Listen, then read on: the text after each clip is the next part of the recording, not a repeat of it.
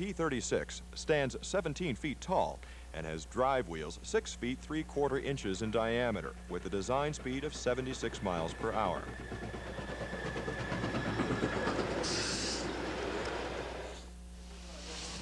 Depending upon the region they were intended to serve, the P-36s were built both as coal burners and oil burners.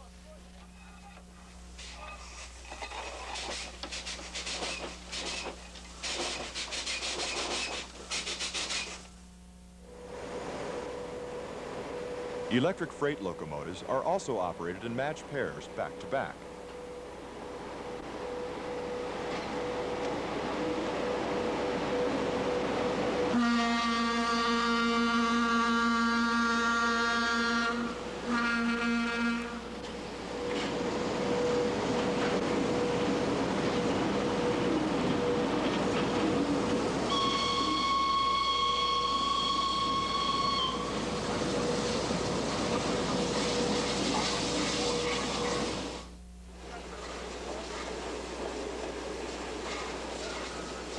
Refrigerator cars appeared in sets of 5, with a labor-intensive man-center control car.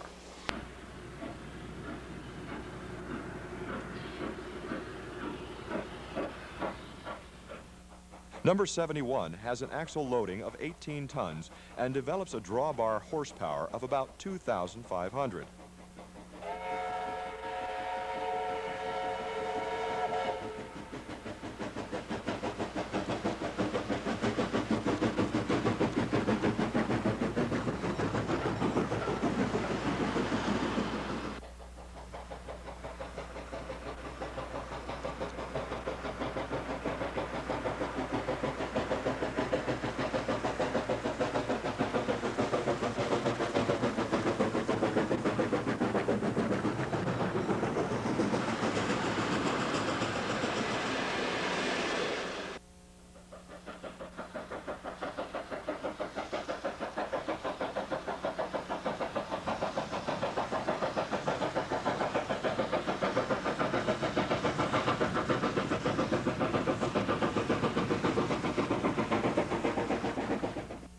Remember those World War II documentary scenes of the German army bogged down in the Russian mud? At a run-by, our group of mostly British rail fans has its own encounter with the quagmire of an unplanted farm field.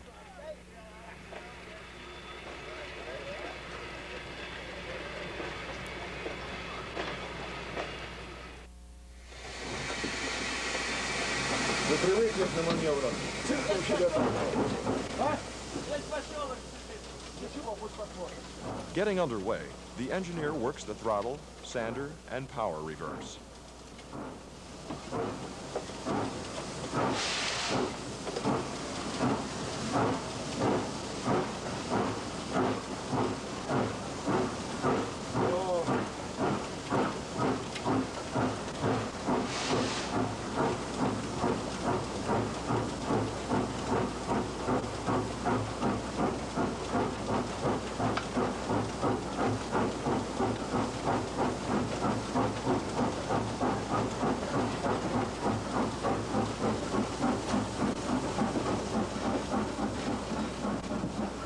The locomotive is equipped with cab signals and has modern-looking gauge panels.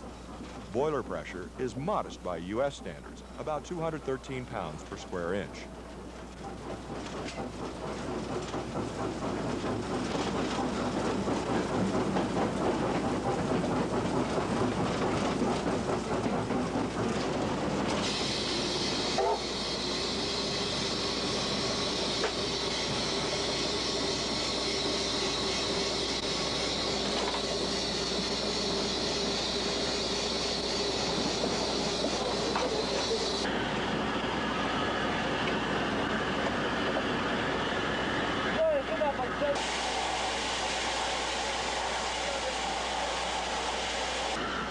Russia has vast quantities of coal, but this hardly looks like Pocahontas number 5. The fireman has to rake the coal to the stoker screw. The great area of the P-36 firebox is 72½ square feet.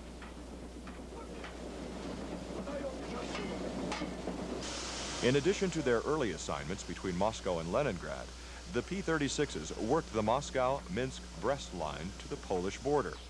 Several are being reserved for rail excursions, and a few are even under repair for rail tour use. In addition to the traditional passenger green livery, one is operated in a special blue livery. Other P-36s exist in boiler duty and may...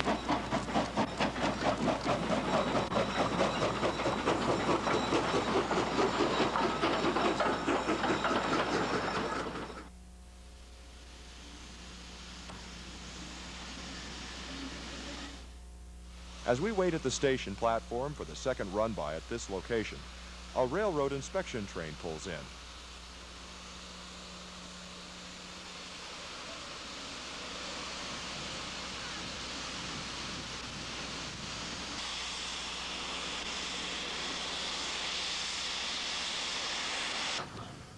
Of special interest are the track inspection lights and the small bay window.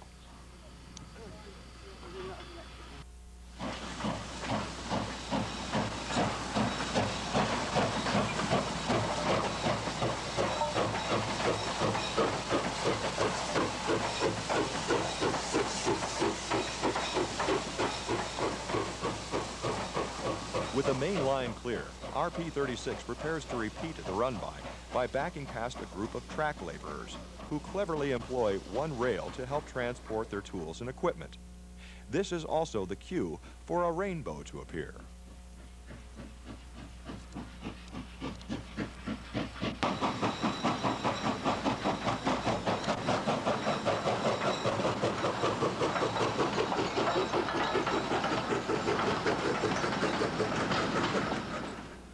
No less than a third run-by at the same location is staged by the cooperative railroaders. One of the local citizens, however, doesn't share our patience or appreciation of steam.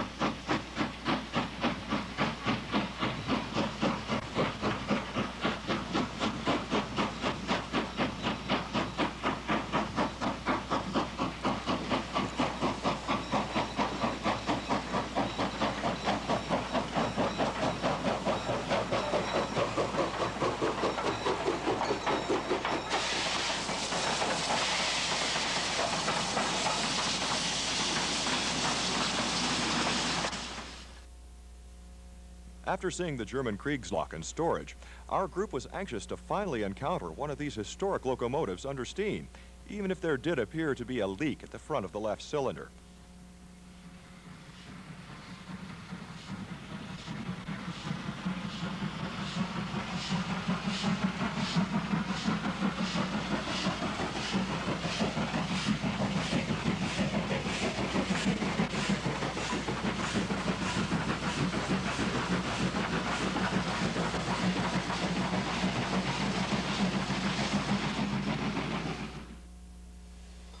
These were the German Class 52 locomotives built in large numbers to a simple, austere design during World War II. Out of a total construction of approximately 6,000, possibly as many as 2,000 were built for Russian service, and the enclosed cabs later became popular with Russian crews. These 210Os helped Germany maintain her supply lines into Russia. Some were built to a broad gauge, but most were standard gauge, as German engineers also were busy changing some captured lines to standard gauge. With the German retreat, between 1,000 and 2,000 fell into Soviet hands. Although the Russians generally retained the road number used by the Germans, they gave them the classification of TE, meaning war trophy, with the letter E resembling our numeral 3. The Russians converted many of the standard gauge locomotives to their own 5-foot gauge, but also retained many as standard gauge for use in the Eastern Bloc and border areas.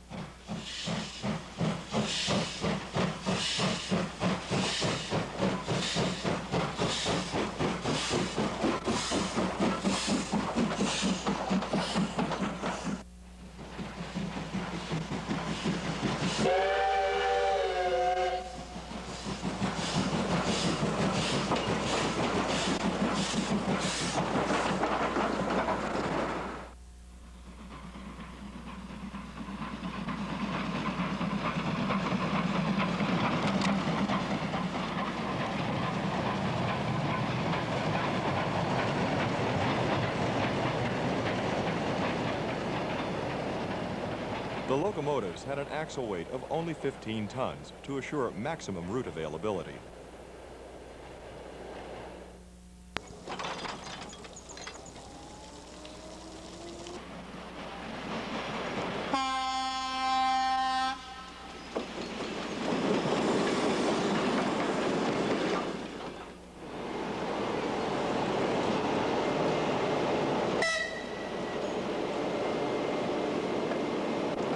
Passenger trains operate on frequent headways and even carry railway post office cars.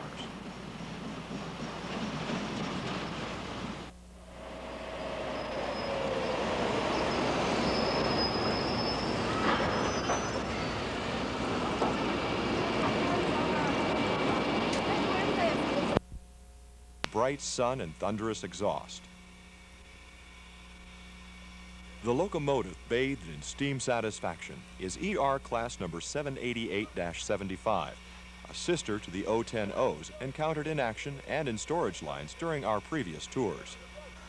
Number 788-75 displays a Polish builder's plate, verifying reports that following World War II, the Eastern Bloc satellites, including Romania, Hungary, and Czechoslovakia, concentrated on building O10Os, while the Russian erecting shops turned out larger power, such as 210Os.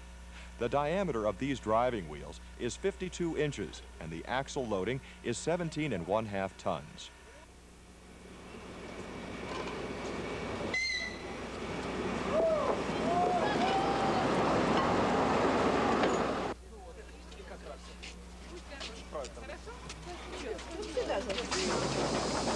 After a local train makes a station stop, the line is open for our train and a series of photo runs.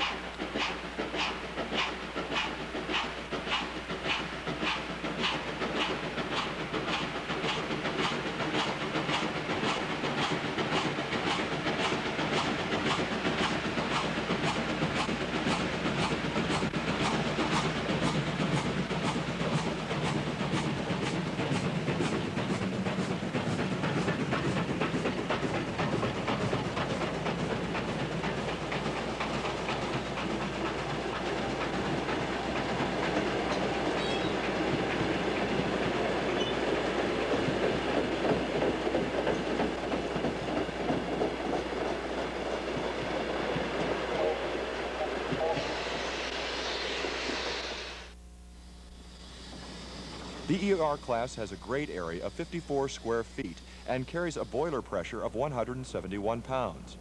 Although some of the 13,000 plus E-class locomotives built were oil burners, that still adds up to a mountain of coal moved the old-fashioned way.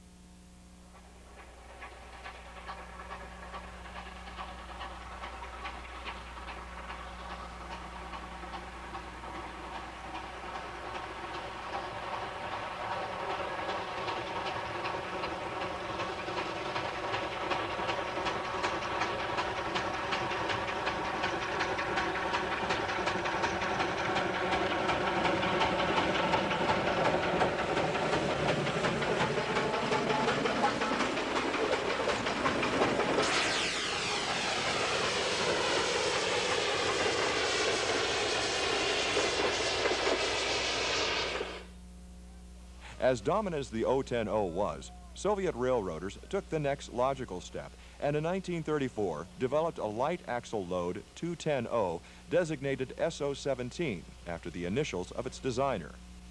By 1941, about 1,900 had been built, including more than 1,000 with condensing tenders for scarce water regions. Production took place at a number of locations, but two shops in Siberia, one using equipment evacuated from the Ukraine, were able to maintain output during World War II. More extensive production resumed after World War II, and total deliveries are estimated at 5,000.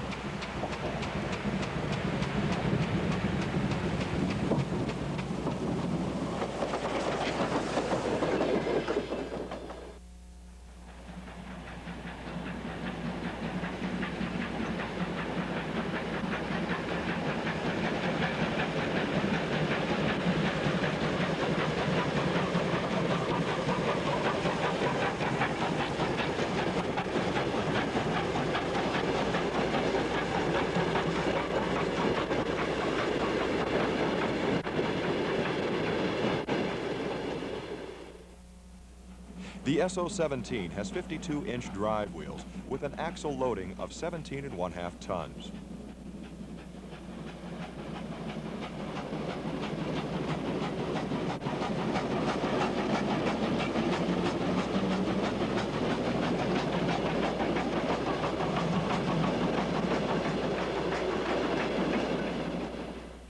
The locomotive has a grate area of 64.5 square feet and carries a boiler pressure of 199 pounds.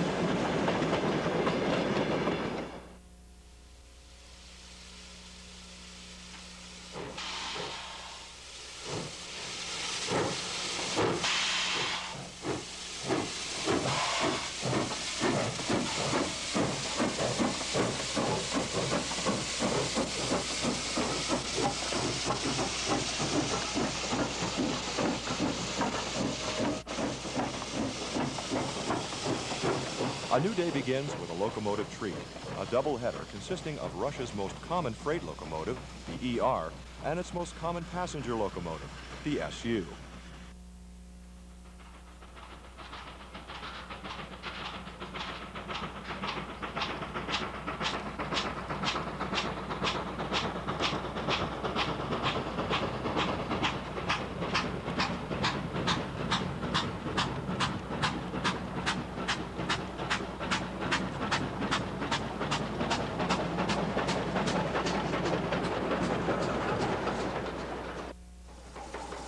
Although this SU-262 is not as polished as the one we watched previously, the wide running boards guarded by distinctive railings enable us to safely tape from different vantage points.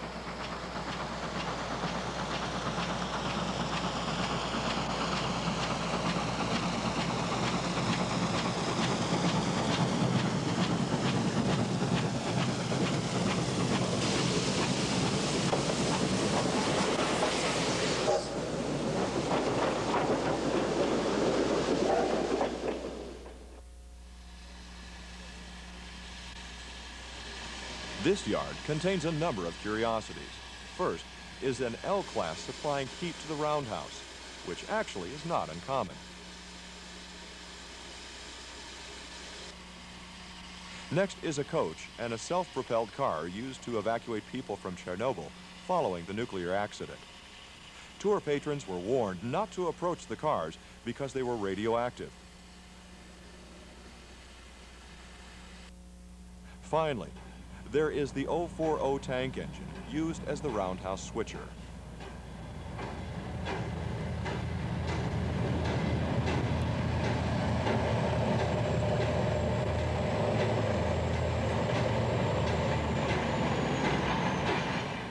On the lead track is the P-36 that will be the next locomotive to pull our train.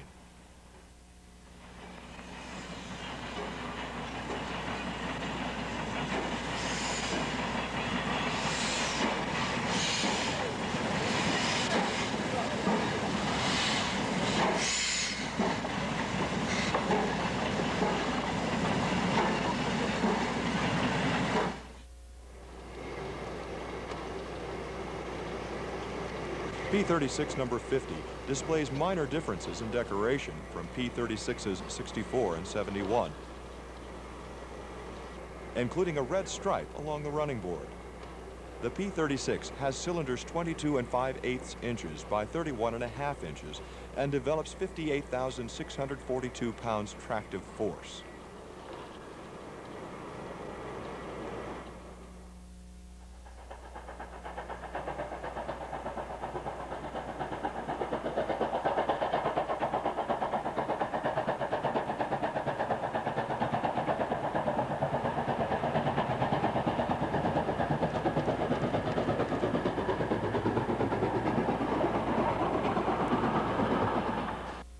In addition to the 484s in operating condition, several have been mounted as displays at railroad stations, including Moscow and Tashkent.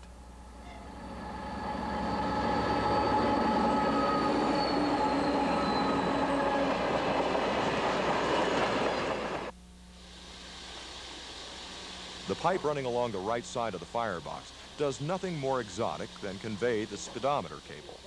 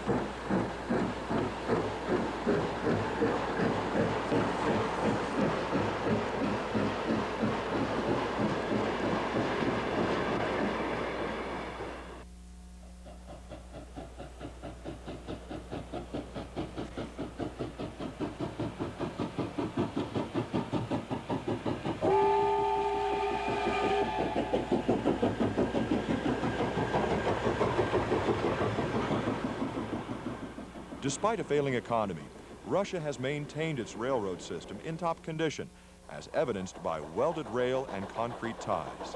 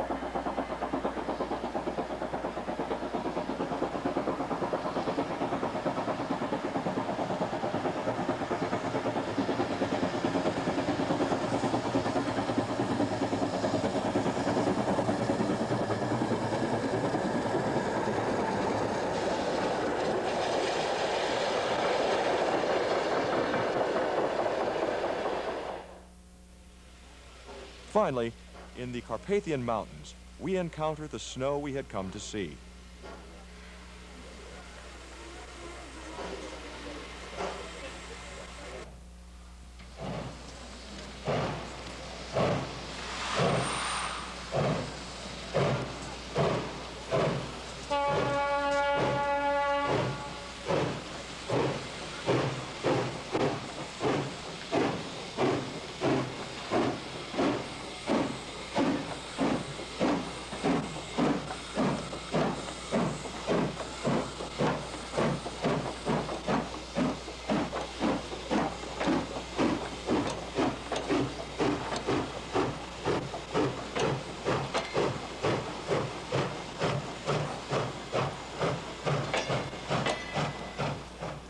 As SU-251-86 approaches, the right rear cylinder cock appears to be stuck open and leaking.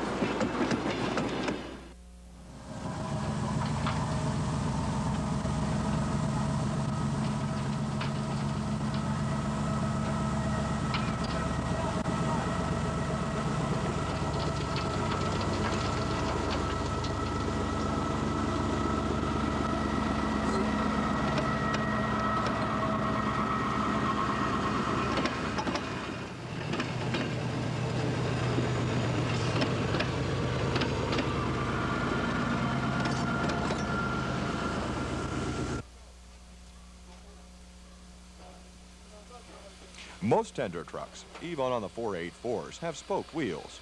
This 262 also has fenders over the trailing and pony wheels.